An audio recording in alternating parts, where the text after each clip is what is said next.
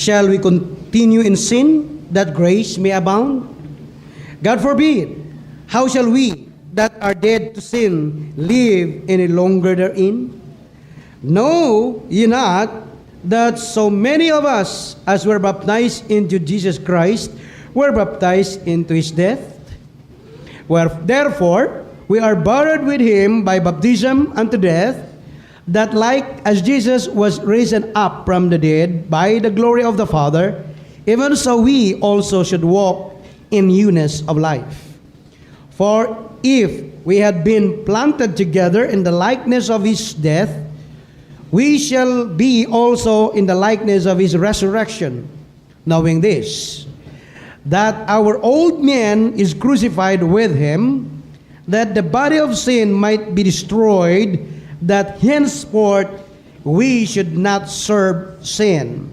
For he that is dead is free from sin. Now, if we be dead with Christ, we believe that we shall also live with him, knowing that Christ being raised from the dead dieth no more, death hath no more dominion over him. For in that he died unto sin once, but in that he liveth unto God. Likewise, reckon ye also yourselves to be dead indeed unto sin, but alive unto God through Jesus Christ our Lord. Let not sin therefore reign in your mortal body, that ye should obey it in the lust thereof.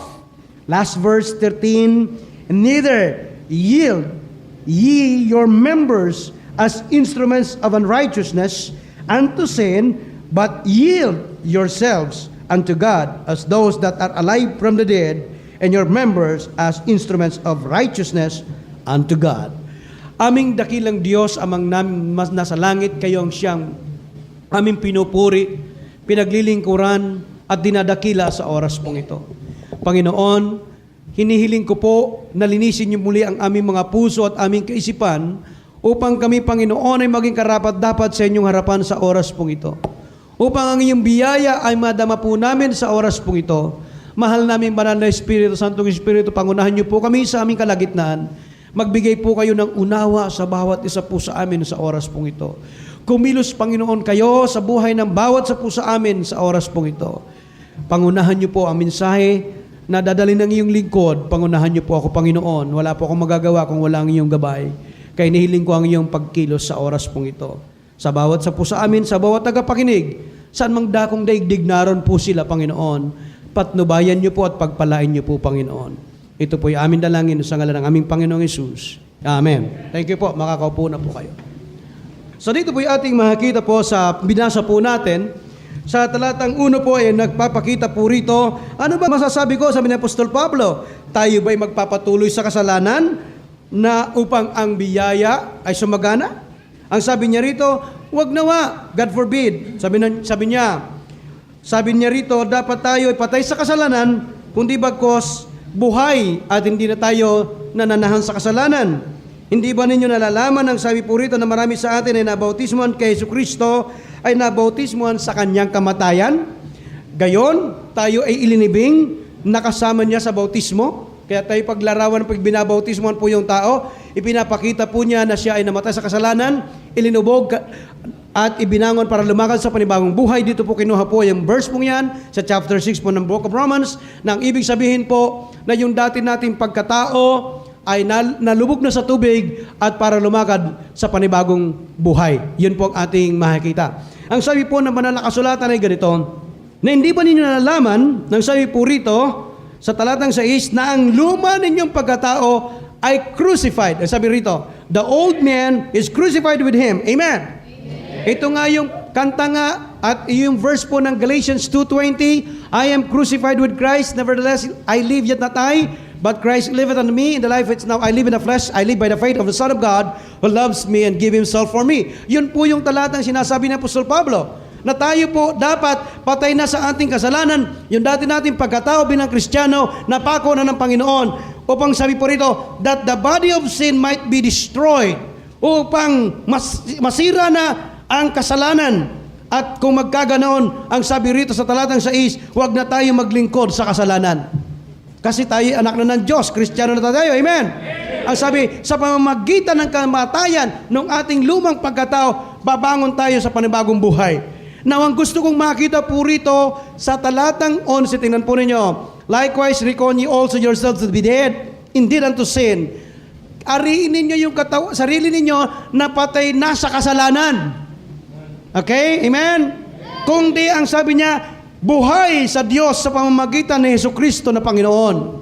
Buhay sa Panginoon. Sa talatang 13, pinagdiinan ni Apostol Pablo nang sabi po rito, neither yield you your members as instrument of unrighteousness unto sin. Ibig sabihin, huwag ninyong ibigay ang iyong katawan na instrumento sa kasalanan, kundi bagkos ibigay ninyo sa Diyos upang kayo'y mabuhay mula sa mga patay at ang iyong katawan hindi maging instrumento ng kasalanan, kundi maging instrumento ng katuwiran, ng kabanalan. Yun pong sinasabi po rito.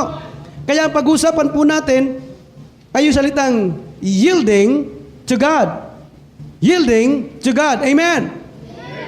Yung yielding po ay yung ibig sabihin po ay yung ating buhay, ibigay natin sa Diyos.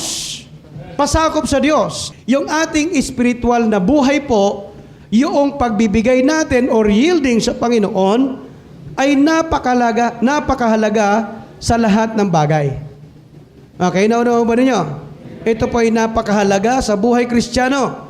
Ano po mangyayari kapag tayo po ay nagpasakop sa Panginoon, ang buhay po natin ibigay natin sa Panginoon? Ano po ang mangyayari? Iba't ibang pagbibigay natin sa ating buhay sa Panginoon. Number 1, to giving or render. Pag sinabi natin, ibigay, yield, pagbibigay. Kaya makikita ninyo sa kalsada, kung kayo nagmamaneho o sumasakay sa mga sasakyan, mayroon kayong makikitang karatula na triangulo pabaliktad po, nito yung matulis, papaganon. Tapos nakalagay po dito sa gitna, yield.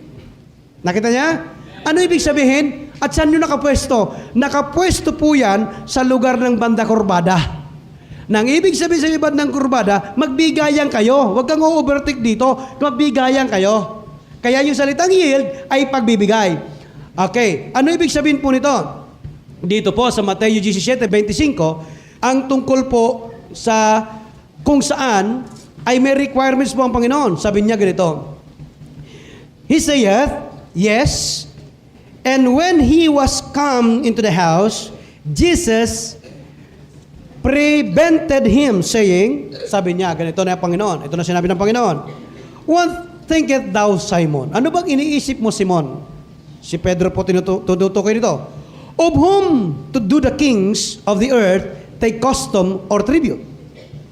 Of their own children or of strangers? Ang sabi ng Panginoon. Sinabi niya kay Simon Pedro, tinanong po niya, kanino ba ibibigay? Naniniwala po tayo kung sino yung hari po doon sa isang bansa, dapat ang tribute po noon, ang lahat ng mamamayan, ibibigay ang lahat doon sa hari. Ang tanong ng Panginoon kay Pedro, kanino ibibigay ng mga mamamayan ang kanilang tribute? Sa hari. Now, ang sinupunto ng Panginoon dito, kung ninirecognize po natin na ang Diyos ang may likha ng langit at lupa. Amen. Naniniwala ba kayo na ang Diyos din ang may-ari ng lahat ng dito sa lupa? Amen. Lahat ng bagay na nakikita natin ay pag-aari ng Diyos. Amen. Maging yung buhay ng bawat isa sa atin ay pag-aari ng Diyos. Amen. So everything here on earth, pag-aari po ng Panginoon. So sa makatuwid, kung ito'y pag-aari ng Diyos, sinabi natin siya ang hari, nararapat din naman na tayong tao, na tayong Kristiyano ay magpasakop sa Panginoon. At ibigay sa Panginoon ang nararapat para sa Panginoon. Tama po ba? Amen? Amen. So, sabi nga ni Joshua doon sa Joshua chapter 24 verse 25, yung 15 sinabi niya, for me and my house we will serve the Lord. Pero sinabi sa 15, sa 25, na anumang meron siya, ibibigay niya sa Panginoon. Bakit? Anumang tinatangkilig po natin mula ulo hanggang talampakan, pag-aari ng Diyos. Lahat ng piyesa natin, pag-aari ng Diyos. Anumang meron tayo, pag-aari ng Diyos. At yan po ay pinagkatiwala lang ng Diyos sa buhay ng bawat isa sa atin. Alright? Amen. Ngayon, ang sabi ng Panginoon, dapat kung ito'y kaloob sa atin ng Panginoon, dapat dito maluwalhati ang Diyos sa buhay ng bawat isa sa atin. Dapat yung may-ari. Katulad yung pinag-uusapan namin kanina sa Sunday School. Linikha ka ng Diyos. May layunin ng Diyos sa buhay mo. Lahat ng bagay dito linikha sapagkat meron layunin ang pagkalikha. Hindi linikha ang electric fan para i-display dyan. Kundi magbigay ng hangin sa atin. Hindi linikha ang ilaw para nandiyan lang, para magbigay liwanag sa atin. Lahat ng bagay nakikita nyo, linikha ayon sa kanyang gamit. Nauunawan po ba niya? May kanya-kanyang gamit. Ang gamit na nakikita po rin sa paligid po natin. Tayo mga tao na ritong napakarami, may kanya-kanya tayong itsura, may kanya-kanya tayong tangkad, may kanya-kanya tayong taas. Ibig sabihin, may kanya-kanyang pagkalikha sa atin ng Diyos ayon sa ating kakayahan upang tayo ay gamitin ng Diyos sa kaluwalhatian ng kanyang banal na pangalan. Hindi pare-parehas ang pagkalikha sa atin ng Diyos. Hindi ako, ikaw, at ikaw, hindi ako. Sa mga tuwid, meron tayong kakayahan ang bawat isa para magamit sapagkat ito ang layunin ng Diyos kung bakit ikaw at ako linikha sa buhay na ito. Pag sinabi pong to give up or die, sabi ng balatang binasa po natin, kayo ay patay na sa kasalanan, kundi buhay sa Diyos. Ano ibig sabihin po nito? Kapatid, kung ikay Kristiyano na, tinanggap mo ang Panginoon tagapagligtas, Panginoon ang iyong buhay, nagsisi ka ng iyong kasalanan, ang sabi ng 2 Korinto 5:17, ang sino mang na kay Kristo, siya'y bago ng linalang. Ang mga dating bagay, nagsilipas na at narito sila, pawang naging mga bago. So sa makatuwid, kung ikaw ay born again na, kung ikaw ay anak na ng Diyos, sa makatuwid, malinaw na dapat ang buhay mo ibinigay mo sa Diyos, patay ka na sa kasalanan, narito yung dating buhay mo, patay na, ito ngayon bumangon ka at ng panibagong buhay, meron ka. Yan ang gusto ng Diyos sa buhay natin, amen? Yan ang gusto ng Diyos. Ibig sabihin, ibibigay po natin sa Diyos yung ating buhay at yung dati nating buhay, yung former life po natin, iwanan natin. Yung sarili natin, iiwanan natin. Ano ibig sabihin po nito mga kapatid? Ang ibig sabihin po, yung former sarili natin, aalisin natin. Alright? Kaya ang tao nagbabago. Bakit? Yung dating tao niya, pagkatao, ibinabaon niya, iniiwan niya, at dito lalakad siya sa panibagong buhay para sa Panginoon. Ang ibig sabihin, yung dati mong tradisyon sa buhay, aalisin mo at babaguhan mo ng tradisyon. Pastor, di ba masama ang tradisyon? Oh, di baguhin mo ang tradisyon. Hindi mo naman maaalis sa tradisyon talaga sa buhay mo eh. Kasama na natin yan sa ating buhay yung tradisyon. Kaya lang, anong klaseng tradisyon? Yung dati, di palitan mo ng bagong tradisyon. Hindi natin maaalis yung tradisyon eh. Anong tradisyon? Tradisyon mo ano? Tradisyon mo magsimba. Tradisyon na yun eh. Pag linggo, sisimba ka. Ngayon, pag tradisyon mo ay dating tradisyon mo, sisimba ka lang kapag magandang pakiramdam mo. Hindi dating tradisyon yon. Yung dating tradisyon mo, sisimba ka lang pag may bago ka na damit. Hindi dating tradisyon yon. Ay yung dating tradisyon mo, sisimba ka lang kapag may okasyon. Hindi dating tradisyon yon. Di ba? Ngayon, na bagong tradisyon, dapat linggo-linggo nagsisimba ka. Dati, ang tradisyon mo luma, sa umaga lang, sa hapon, sa prayer meeting, wala. Kasi yun ang dating tradisyon mo. May instinct ka na mayroon Diyos na lumikha sa iyo na may simbahan. Pero ngayon, nabago yung tradisyon mo, kaya umaga, sisimba ka. Sa hapon, sisimba ka. Sa prayer meeting, sisimba ka. Bakit? Bagong tradisyon mo yun na nasa Panginoon. Kasi, paano mo ipapakita na binago ka ng Diyos na wala namang pababago sa buhay mo, tradisyon? Ano yung tradisyon mo? Wala. Dati pa rin. Di ba? Babaguhin mo siyempre yung tradisyon mo sa buhay. Bago na ngayon yun. Ano pa? Yung dating tradisyon at yung dating habits and attitudes. Meron pa rin tayo. Hindi ko mo naging Kristiyano ka na born again ako, baptized na ako, hindi na ako, bawal na sa akin yung mga habit na yan. Grabe naman yan. Meron pa rin. Kaya lang, iba na. Di ba? Iba na. Bakit? Kristiyano ka na eh. Kaya iba na yung hobby mo eh. Ano yung hobby mo? Dati, magbasa ng pornography? Dati, hobby mo manood ng sine? Dati, ang hobby mo, pumasyal dito, istambay dito. Dati, ang hobby mo, magbarkada rito. Ngayon, iba na. Ang barkada mo ngayon, barkada sa simbahan. Barkada pa rin. Pero iba nga lang. Dati nagbabasa ka ng mga love story, kaya lagi love ka lagi, gano'n. Ganun ka. Ngayon, babasahin mo na, Bible na ngayon. Babaguhin mo lang yung hobby eh. Di ba? Dati iba pinakikinggan mo, chismis. Ngayon, iba na pakikinggan mo salita ng Diyos. Di mo maaalis yung hobby. Nandoon yun. Babaguhin mo lang. Yung magandang hobby, yung magandang attitude. Yung dating attitude mo, ngayon, wala na. Kasi Kristiyano ka na. Oh, amen? Kung ikay sa Panginoon na, yung dati mong attitude, ano? Ngayon, nasa Panginoon ka na. Ano attitude mo? The same palalayo. Kumusta ka?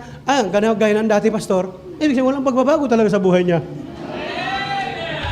Walang pagbabago. Pag binati mo, kumusta ka na? Gaya ng dati. Ibig sabihin, walang pagbabago. Lumipas ang maraming buwan, lumipas ang ilang taon, gaya ng dati pa rin. Hindi ka man lang nag-i-improve. Hindi mo lang sinabi, eto pastor, beauty na. At least nag-improve. Eto pastor, sexy na. At least nag-improve. Di ba? Hindi yung, gaya ng dati. Anong klaseng Kristiyano to? Araw-araw na ginawa ng Diyos, wala man lang pagbabago sa buhay mo. Di ba? Dapat ganoon. Iibahin mo lang sapagkat ngayon, Kristiyano ka na. Anak ka na ng Diyos. Kaya yung hobby mo, yung attitude mo, dapat bago na. Bakit? Yung dati, sabi ng Apostol Pablo, nalibing na kasama ni Kristo at bumangon para lumagad sa panibagong buhay. Yung dating buhay natin napako na kasama ng Panginoon sa krus ng Kalbaryo at dating ngayong bagong buhay na. Yung former, yung dati mong mga bisyo, dapat ngayon, iba na ang bisyo mo. Hindi mo maaalis talaga ang tao magbisyo eh. Kaya lang, baguhin mo yung bisyo mo. May bisyo ka pa rin. Kahit Kristiyano ka na, may bisyo ka pa rin. Anong bisyo mo ngayon? Magbasa ng Bible. Kasi ugali, ginagawa mo yung lagi. Ibig sabihin, bisyo. Laging ginagawa. Anong bisyo mo ngayon? Nananalangin. Iba na ang bisyo mo ngayon. Nananalangin na. Ang bisyo mo ngayon, nagbabasa ng Bible. Ang bisyo mo ngayon, makinig ng salita ng Diyos. Di magandang bisyo. Pero kung ano, kumusta ka na? Ano bisyo mo? Ayun, sigarilyo pa rin. Di sabi mo, pastor, bago na bisyo ko ngayon. Dati, sigarilyo inihitid ko. Ngayon, marijuana na. Lumala. Dati pastor, nagsisigarilyo ko ngayon, wala na. Ano ba? Amen. Wala na. Nagsasabo na kasi ako eh. Lalong palala yata ng palala eh. Kung Kristiyano ka na, iba na yung bisyo mo. Amen. Iba yung bisyo mo dapat sapagkat Kristiyano ka na, yung bisyo mo nakalulugod sa Diyos. Kung noon ang bisyo mo mag-text ng 100 mensahe sa maghapon, wala ka nang ginawa kundi yung kamay mo magkakurikong dahil lang sa kapipindot at magkaroon ng tawag dito kaalyo, yung hinlalaki mo. Kahit hindi tumitingin yan, yung keypad niya, kabisado. Bakit naman kayo text ng text? Ano naman to? Unlimited, pastor? Ganon din yun. Dinaya ka lang eh. Unlimited mo eh. Bakit magdamag ba? Ilan naman yung text mo? Magkano binayaran sa unlimited? Hindi ganon din yun. Di ba? Lalo na ngayon, pag may pasa yung batas na walang bayad ang text, siguro mga Kristiyano walang katulog sa kate-text ng kate-text. Wala. Kung may bayad nga may nag-text piso lalo na pag free na, lalo na nag-text na wala nang ginawa. Wala nang ginawa kundi mag-text na mag-text. Bisyo na yan. Kung magte-text ka, yung mga halagang mensahe, mahalagang mga bilin, ayan, kapaki-pakinabang. Kaya linikha ng Diyos yan. Pero tayo, yung mga linikha ng Diyos, pinapasokan ng mga demonyo. Sa halip na internet, ma-educate tayo, puro bold ang panoonin mo ron. Sige ka. Hindi mo dapat gawing bisyo yan. Hindi mo dapat maging bisyo yung katetext mo. Hindi mo ka dapat bisyoin yung computer mo na laro ka na laro. Walang magandang bisyo yan. Yung electronics gadget natin ngayon, nagiging tamad ang tao. At hindi lang nagiging tamad, hindi marunong makipagkapwa-tao. Abay, nung panahon natin, ano? Pag may mga okasyon, matindi, may truth and consequences yan. Ganito din ang araw, mga kabataan natin, ano? Oo, ganun eh. Oo, ingay, laro dito, laro. Ngayon, wala, nagkukulong sa kwarto yung anak mo. Maghapon, ganun na lang, ganun. Ayan, wala na. Kaya alam niyo kung bakit kapitbahay hindi mo kilala? Di ba? Pumunta ka sa probinsya at nung panahon na yon, magkabilang kanto, lahat ka mag-anak mo. Hindi mo naman talaga kamag-anak yun. Bakit? Parang iisa kayo eh. Bakit? Paimat mo yan, nandito sa kabilang bahay, nandito sa kabilang bahay, sa kabilang bahay. Minsan nga, nakikikain na tayo dun eh. Hindi mo talaga natin kamag-anak yun eh. Pero ang tawag natin, kamag-anak na eh. Bakit? Close tayo sa isa eh. Ngayon, kahit magkapatid, hindi magka-close. Bakit? Yung isa sa kabilang kwarto, nanonood ng TV. Kasi pag sa sala sila, nag-aaway sila. Sa pagkaiba ng palabas. Kaya alam niyo mga kapatid, bisyo yan eh. Kung ikay Kristiyano, dapat yung bisyo mo nakalulugod sa Diyos. Ang bisyo natin ay nakalulugod sa Diyos. Yan ang maganda. Amen? Oo, yan ho yan. Sabi niyo po rito, dapat yung ating dating buhay patay na at ito ngayon bago na ang buhay natin. Amen? So that hindi tayo maging slave, maging alipin ng former lifestyle ng bawat isa sa atin, mga kapatid. Maalis na tayo doon sa dati nating pagkatao at sa dati nating buhay, kundi bagong buhay na tayo sapagkat tayo na sa Panginoon. Yan, kababasa natin ng talata, tayo patay na sa kasalanan at buhay para sa Diyos. Oh, amen? Kaya kayo, mga babae, makinig kayo sa akin. Baguhin nyo na yung buhay ninyo. Kristiyano na kayo, amen? Baguhin nyo yung buhay nyo. Huwag naman kayo maging nagger nyo sa mga anak nyo, sa mga tatay, sa mga asawa nyo. Kahit na ano gawin, tatay pa rin yan ang anak mo. Nagger ka kaya sinasapak ka eh. Kung hindi man, linalayasan ka eh. Di ba? Baguhin mo na yung style mo. Oo. Di makaimik yung mga nanay, oh. Lalo na yung mga nanay, mga silosa. Mga nanay na malisyoso at malisyosa. Nanay pala, malisyosa lang. Malisyosa. Ano, baguhin na natin, amen? Mga lalaki rin naman. Baguhin naman natin ang estilo natin. Kaya kayong mga nanay, ayusin yung buhay nyo. Yung mga tatay naman, ayusin rin natin, mga tatay. Kayo rin mga anak, ayusin nyo bisyo nyo. Kala nyo, liligtas kayo lahat tayo, sapagkat tayo Kristiyano, dapat tayo bago na sa Panginoon. Ano? Sa gawain ng Panginoon, walang bata, walang matanda, lahat tayo pantay-pantay, na dapat tayo lahat na tumanggap sa Panginoon, dapat lahat tayo binago ng Diyos. Dapat tayo nakaranas lahat ng pagbabago sa ating buhay sapagkat tayo mga anak ng Diyos. Sumunod, kung ikaw ngayon ay anak na ng Diyos, naglilingkod sa Panginoon, tinanggap mo ang Panginoon, tagapagligtas, Mateo 7, talatang 17. Ang sabi po ay ganito, even so, every good tree bringeth forth good fruit, but a corrupt tree bringeth forth evil fruit. Ang mabuting puno ay magbubunga ng mabuting bunga. Ang masamang puno ay magbubunga ng masamang puno. Imposible po na pag ang puno po ay mapait, katulad ho ng ampalaya, biglang nagbunga ng sigarilyas. Hindi po pwede ho yun. Amen? So, ano ibig sabihin po? Kung sinasabi natin na tayo ay na kay Kristo, kung sinasabi natin na binuksan natin ang ating puso, pinapasok na natin si Kristo sa puso natin, at si Kristo na namumuhay sa buhay natin, at ang Diyos na ang naging hari natin, at ang Diyos na ang naging Panginoon ng buhay natin, bakit po? Ano ang bunga ng buhay ng bawat isa sa atin? Amen? Kung sinasabi natin ang puso natin, pinananahanan ng Espiritu ng Diyos sa makatuwid, ang puso natin ay mayroon ng Kristo sa puso. Ibig sabihin, ang Kristong ito ang siyang magbubuhay at magpapabuhay sa bawat isa sa atin, kaya ito'y bubunga ng mabuti. Kung tayo po ay masama, sigurado lalabas dyan masama. Kung ito'y mabuti, lalabas dyan ay mabuti. Okay, ano ba ninyo? Alright. So kaya nga po mga kapatid, kung ibinigay natin ang ating buhay totally sa Diyos, ang Diyos ang nagkukontrol sa atin. Ibig sabihin po, may mabuting bunga ang ibubunga sa buhay ng bawat isa sa atin.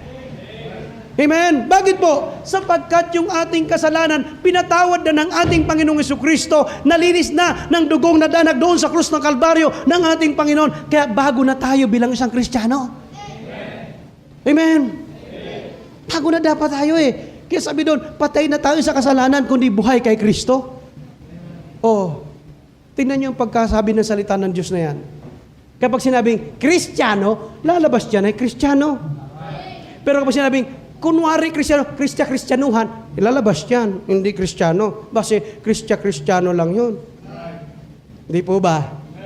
Pag sinabi mong bahay, bahay yan. Pag sinabi mong bahay, bahayan, hindi bahay yun. Kunwari, bahay lang. Kaya pagka Kristiyano at kunwari Kristiyano, kunwari lang yun. Kaya pagka tinanggap mo Kristo, tunay na Kristiyano yan. Pero kung Kristo-Kristuhan lang, patay kang bata ka. Ang tinanggap niya palang Kristo ay yung nasa sabungan.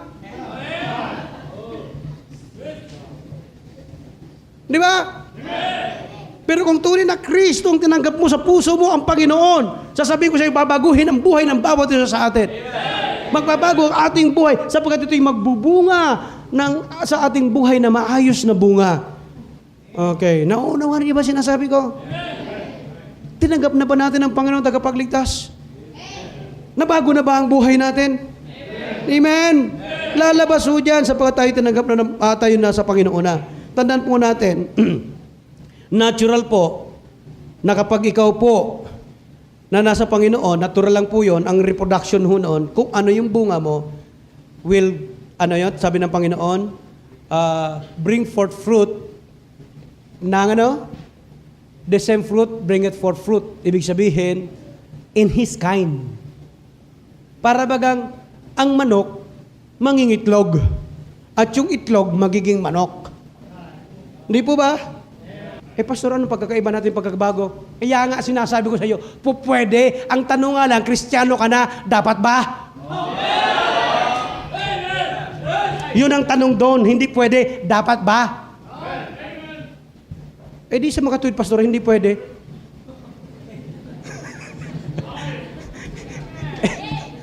Ibabalik ko naman tanong siya, dapat ba? Di nga pwede. Kasi Kristiyano ka na eh, anak ka na ng Diyos eh.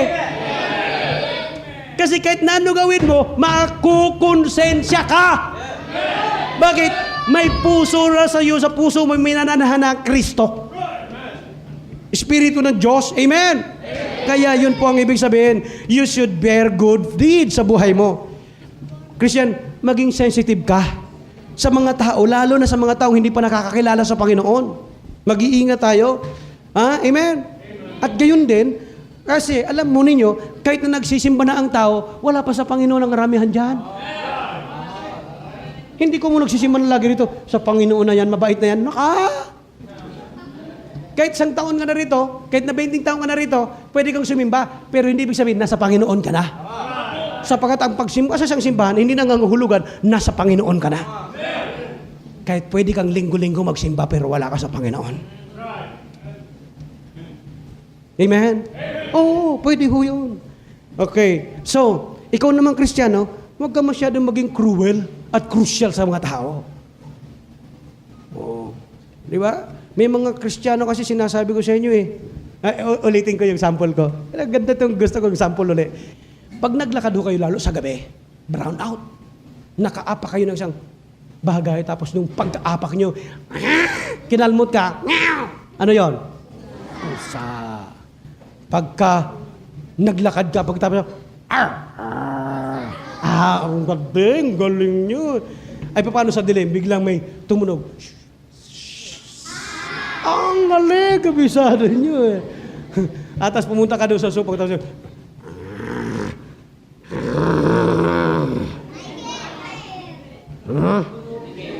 tigre daw, leon. Di ba? Ganun yun eh. Pag naapakan mo at kinagat ka, aso. Pag tinuklaw ka, kaya wag mo sabihin, tinuklaw ho ako ng aso. Mali ho yun. Mali ho yun. Ang tutuklaw yung ahas. Alright. Ngayon, ganito lang. Pag naapakan mo yung Kristiyano, ano sinabi niya? Hindi aray. Ano yon? Ano yon? Kristiyano? At pagkatapos nasanggi mo lang ng konti, di mo naman sinasadya, ano yon? Ano yon? Ano yon? Kristiyano? Pagkatapos bigla ka na lang, kinurot, kinalmot, ano yan? Kristiyano? Biro mo Kristiyano, sinabunutan ka bigla, kinalmot ka, ano yan? Pusa? Di ba? Ngayon, kayo mga Kristiyano, may problema sa iyo yung kapwa Kristiyano mo, ano ang reaksyon mo? Bigla kayo natigilan, ano? Tutuklawin nyo ba o kakagatin nyo o kakalmutin nyo? Sabi mo, ngipin sa ngipin, panga sa panga. Yan ho ang ugaling hindi Kristiyano. Ang ugali ng Kristiyano nasa Romans chapter 12. O, tingnan nyo 19:20, tingnan nyo yun. Anong sabi? Daigin mo ang masama ng mabuti. Kung nauuhaw ang iyong kaaway, painumin mo. Kung nagugutom, pakainin mo. Kasi sabi niya, daigin mo ang paghigante, sabi ng Panginoon, ay akin. Kaya kung ang masama, gumawa ng masama sa'yo, gawin mo ng mabuti. Sa ganung bagay, ano ginagawa mo? Linalagyan mo ng apoy sa kanyang ulo. Ang Kristiyano, baliktad. Ang sabi ng Panginoon, pag sinampal ka sa kanan, ibigay mo yung kaliwa. Grabe, no? Eh, ang lakas ng sampal, ibabigay mo pa yung kabila. Ang hirap, ano? Sabi niya, pag binato ka ng tinapay, pag binato ka ng bato, batuhin mo ng tinapay. Grabe, baliktad talaga. Bato, binato sa'yo, tapos tinapay, babato mo. Huwag lang sa garapon, ha? Basta yung tinapay lang mismo. Baka tinapay nga, pero nasa garapon naman. Binato ko siya, nasugatan. Bakit? Nasa garapon. Hindi ko natanggal yung tinapay, nasa garapon, binato niya. Huwag yung ganon. Huwag yung ganon. Tinapay nga ay nasa garapon. Eh, basag ang mukha nun. Tingnan ninyo, baliktad ang prinsipyo ng Diyos sa sanglibutan. Amen? Amen? Kaya kung ikay Kristiyano, dapat nasa puso mo ang Kristo. Kailangan, ang bunga niyan ay Kristiyanong bunga. Bakit? Kristiyano ka eh. Anak ka ng Diyos eh. Amen? Yes. Ano sabi ng Bible? Ng Episo 4:30, huwag mong pigatiin ang Espiritu ng Diyos na nasa iyo. Hindi dapat nating pigatiin, kundi ang ating sarili, i-yield po natin sa Espiritu Santo at ating itanggi o resist, labanan ang masama. Amen. Kailangan dictate or kailangan natin sa Tagalog po, tayo po'y dinidiktahan ng Espiritu ng Diyos, hindi Espiritu ng masama. Ang dumidikta sa atin dapat Espiritu ng Diyos at hindi Espiritu ng Diablo sa ating buhay. Amen! Huwag mong pigatiin ang Espiritu ng Diyos na sa iyo kung di bagkos sundin mo kung anong nais ng Diyos sa buhay mo. Amen! Submit yourself to God, resist the devil. Ibig sabihin, yield to God's sa buhay mo. Bakit, pastor? Bakit, pastor, kinakailangan natin ibigay ang ating buhay sa Panginoon? Unang-unang dahilan, siya naman ang may-ari sa ating buhay. Amen? Sumunod, may plano ang Diyos sa buhay natin. Amen? May blueprint. May plano ang Diyos sa ating buhay. May blueprint ang Diyos sa buhay mo. May plano ang Diyos sa buhay mo. Ito yung blueprint ng Diyos sa ating buhay, ang Biblia. Alright? Kaya may plano ang Diyos. Kapag hindi mo pinasakop ang buhay mo sa Diyos na may plano sa iyo, itong ang gagawin mo ay yung sarili mong plano. Alright? No, pa ninyo? Ang tanong, kung ang sarili mong plano ng buhay mo ang tatahakin mo sa buhay araw-araw, ang galing ba ng isip mo? Ang galing ba ng plano mo? Ang galing ba ng utak mo? Alam mo ba ang kinabukasan mo? Ay di hindi. Ay itong pinakang-practical. Kung ito ang Diyos na may original na plano sa buhay ng bawat isa sa atin, ay mas maganda na yung buhay natin, sabihin natin, Lord, ito yung buhay ko, may plano ka sa akin, gawin mo ko, Panginoon, kung ano yung gusto mo sa aking buhay, yun ang gagawin ko sa aking buhay, sapagkat alam mo na ang plano ng Diyos mas makakabuti sa'yo. Sapagkat ang plano ng Diyos mas maganda kaysa sa plano mo. Ang plano ng Diyos, mapabuti ang buhay mo, hindi mapariwara at masira ang buhay mo. Kaya pag sarili mo, linakad mo sarili mo, at ang buhay mo nadiktahan na ng mga barkada, nadiktahan na ng demonyo, sasabihin ko sa iyo, mapapariwara ang buhay mo. Pero kapag kadidiktahan ng Diyos yan, dadaling ka ng Diyos sa kabutihan. Dadaling ka ng Diyos buhay na maunlad, buhay na masaya, buhay na mapayapa, buhay na makagalakan sa iyong buhay. Gugustuhin mo ba yung ganung buhay na magulo o gusto mong buhay na nasa Panginoon? Naunawan ho ba ninyo? Amen? Para ma-materialize yung nais ng Diyos sa buhay natin, ipasakop natin ang ating buhay sa Diyos. Para mangyari kung ano nais ng Diyos sa buhay ng bawat isa sa atin. Mga kapatid, pwede mong i-delay ang kalooban ng Diyos sa buhay mo. Pwede mong i-delay ang nais ng Diyos sa buhay mo. Pero sasabihin ko sa iyo ngayong umaga, hindi mo kayang takasan ng Diyos. Pwede mong ipagpaliban ang nais ng Diyos sa buhay mo at sarili mo gawin mo. Pero sasabihin ko sa iyo, nanggaling ang buhay mo sa Diyos, ano mang gawin mo sa buhay na ito, magbabalik ka rin sa Diyos. Bakit ngayon pa lamang hindi mo ibigay ang buhay mo sa Diyos? Naunawa na ba ninyo? Pag naghihingalo ka na, pag may karamdaman ka na, ito lang ang isang salitang maririnig ko sa iyo. Pagalingin lang ako ng Panginoon, ibibigay kong buhay ko sa Kanya. Aantayin mo pa ba na magkaroon ka ng ganong sitwasyon na kirot at gasto sa buhay mo bago mo ibigay, isuko ang buhay mo sa Panginoon? Bakit ngayon pa lamang na may lakas ka, may sakat na talino at meron kang kagalakan at talagang matibay ang iyong katawan? Bakit hindi mo ngayon ibigay mo sa Diyos ang iyong buhay? Para palawigin ng Diyos ang buhay mo. Hindi yung, ito na, hinga-hingalo ka na. Pagalingin niyo po ako, Pastor. Gumaling na ako. Ibibigay ko sa Diyos ang buhay ko. Ngayon pa, amoy lupa ka na. Tepo ka na. Tapos maghahanap ka ng himala ng Diyos. Ngayong malakas ka pa, nakatayo ka pa at naglalakad ka pa, ibigay mo na sa Diyos ang buhay mo. Hindi ka naman makakatakas sa Diyos eh. Madidelay mo lang yung kalooban ng Diyos sa buhay mo, pero isang araw babalik ka rin sa Diyos. Kaya bakit ngayon hindi mo ibigay sa Diyos ang buhay mo? Bakit hindi mo ipasakop sa Diyos ang buhay mo? Amen? Amen. You can prevail, not prevail. Hindi mo kayang i-prevail ang kalooban ng Diyos sa buhay. Madidelay mo lang. Pero mangyayari pa rin kung ano lang ng Diyos sa buhay mo. So yield to God. It is very good to yield to God sapagkat maganda ang buhay natin. Ano ang mga nakakahadlang sa pag-yield natin sa Panginoon? Ano ba yung mga nakakahadlang sa pagbigay natin ng ating buhay sa Panginoon? Yung sarili natin. Yung kasalanan natin. Ang unang gawin mo, Lord, pinagsisisihan ko po ang aking nagawang kasalanan. Ninatanggap ko po si Jesus na tagapagligtas, Panginoon, ng aking buhay. Pumasok kayo sa aking buhay na maging Panginoon. Bisita namin o mga nakikinig saan man kayo naroon. Tanggapin mo si Kristo na kapagligtas, Panginoon, ng iyong buhay sapagkat yun lamang nakakahadlang kung bakit hindi ka ginagamit ng Diyos. Amen? Isa lang, halimbawa ko sa inyo. Nung dumating ang Panginoon sa isang puno ng igos, sabi ng Panginoon, asan ang bunga nito? Wala ho, Panginoon eh. Hindi nagbunga. Alam nyo ba, ikinurse ng Panginoon yung puno ng igos, bakit walang bunga? Sinumpa niya eh. Sabi niya, mula ngayon hanggang mabubuhay ito'y huli na bubunga magpakailanman. Sinumpa ng Panginoon. Naunawahan ba ninyo? Tingnan po ninyo. Isang kwento.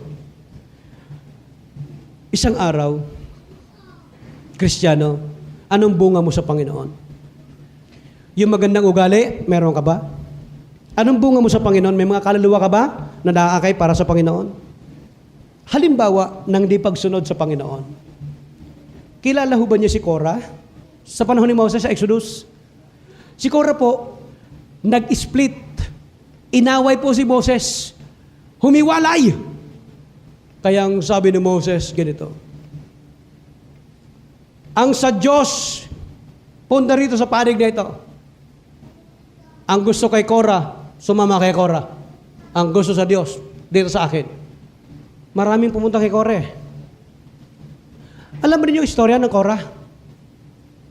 bumiak po ang lupa, linamon ho sila, at ilinibing ng buhay ng Diyos sa disyerto. Naalala ho ninyo yan? Yung si Miriam, na kapatid naman ni Moses, ayaw sumunod kay Moses. Nagrereklamo, siya pasimuno, kapatid pa naman. Nagkaketong sa kamay. Ang sabi ng Panginoon, nagkaketong siya. Sabi ng Moses, o sige, para mawala ang ketong, ipasok muli ang iyong kamay sa bulsa. Pagpasok sa bulsa, paglabas, nawala na yung ketong. Naano ba ninyo? Naalala mo ba ninyo yung panahon ni Noe? Gumawa siya ng arka, di ba? Ang istorya nakapokus sa pamilya ni Noe. Naligtas yung pamilya niya. Yung mag-asawa at yung 3 anak at yung 3 asawa ng anak. Kaya 8 lang sila. Asan ho yung karamihang tao? Hindi sumunod sa original na plano ng Diyos. Kaya sila'y napahamak. Naalala niyo noong panahon ni Lot, na pamangkin ni Abraham, hindi siya sumunod sa pamantayan ng Diyos, umiwalay sa kay Lot, kaya siya napahamak kasama ang kanyang pamilya. Naunawan niyo ibig sabihin ko? Ang mensahe po ay hindi pantakot sa inyo. Nagsisilbing paalala ho sa atin. At nagsisilbing hamon sa atin. Kailan niyo po ibibigay, ipapasakop ang inyong buhay sa Panginoon? Kayo mga bisita namin, kailan mo tatanggapin si Kristo na tagapagligtas Panginoon ng iyong buhay? Kung hindi ngayon, kailan? Kung hindi ngayon, kailan? Kung hindi dito, saan?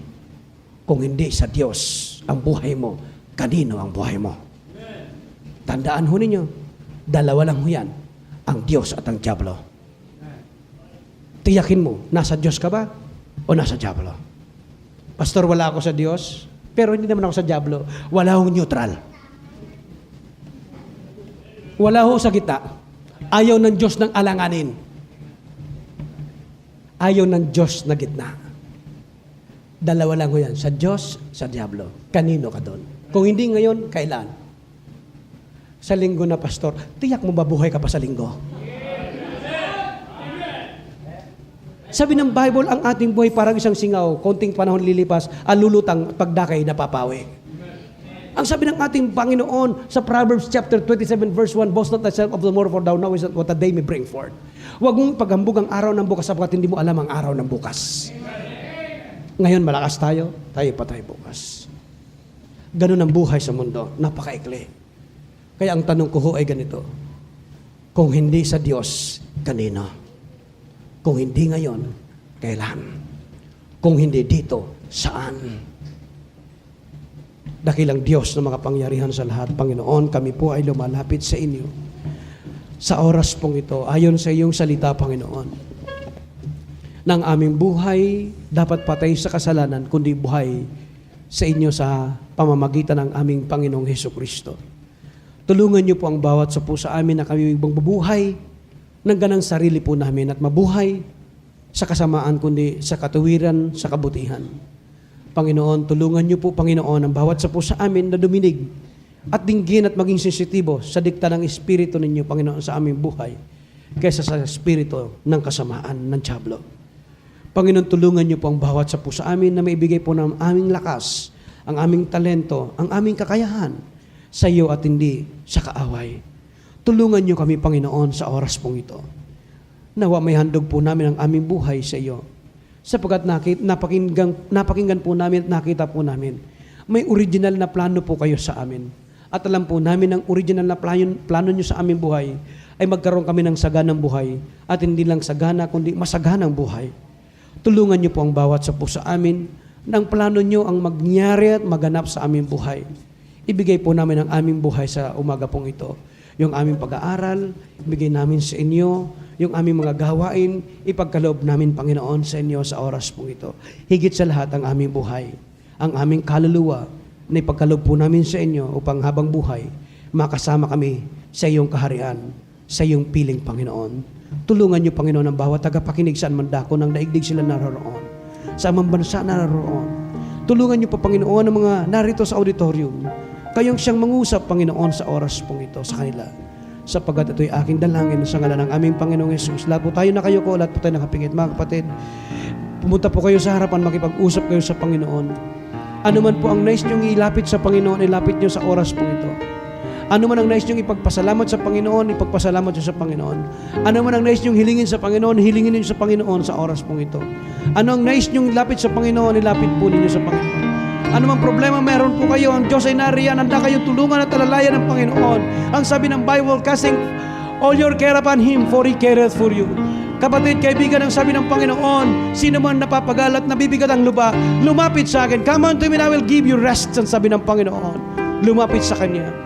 Ano man ang nice mong lapit mo sa Panginoon, ilapit mo. Amen. Kung puno na po itong altar sa harapan, pwede po dyan sa gitna. Kung hindi sa gitna, maging dyan sa kinalalagyan po ninyo sa upuan, pwede po kayong lumuhod po dyan sa harap ng upuan po ninyo.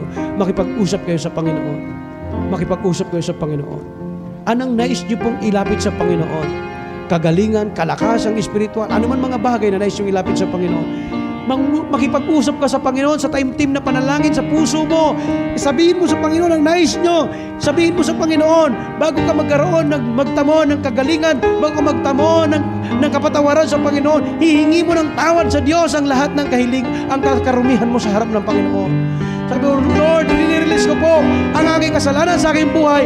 Yung galit sa puso ko, inaalis ko. Ano man mga bagay inaalis ko na hindi mga bagay karapat-dapat sa iyo. Paltan niyo po, Panginoon, ng mga bagay na karapat-dapat sa inyong harapan.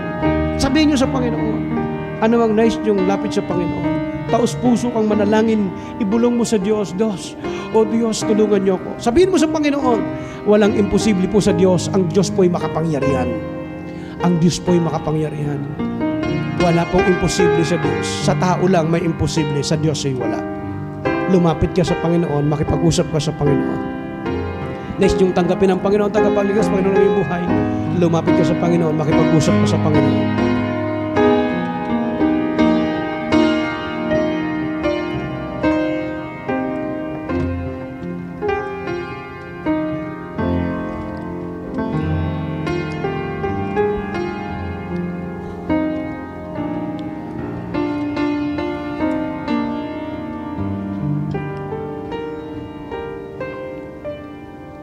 Dakilang Diyos na makapangyarihan sa lahat, Panginoon. Narito ang iyong mga anak sa inyong harapan. Katagpuin niyo po, Panginoon, ang kanilang mga pangangailangan sa oras po ito. Tugunin niyo po, Panginoon, ang kanilang mga kahilingan sa oras po ito. Kayo, Panginoon, ang nakababatid ng kanilang mga ilinapit sa inyong harapan sa oras po ito sa inyong mga anak. Nawa, Panginoon, huwag silang umuwi na nakakatiyak ng kaligtasan. Na wag silang umuwi na walang katugunan sa kanilang mga kahilingan. Na wag silang umuwi na walang kalakasan sa kanilang kahilingang kalakasan, Panginoon. Wag silang umuwi na walang anumang pagpapala mula sa inyo sa oras pong ito. Tulungan niyo po, Panginoon. Kayong siyang manguna, Panginoon, sa inyo pong mga anak sa umaga pong ito na narito sa inyong harapan. Pagpalain niyo po, pangunahan niyo po ang bawat isa. Kumilos po kayo sa kanila, Panginoon. Kayong siyang manguna. Tulungan niyo, Panginoon, ang bawat isa. Sapagkat ang lahat po ito ay aming dalangin sa pangalan ng aming Panginoong Hesus. Amen. Amen. Amen.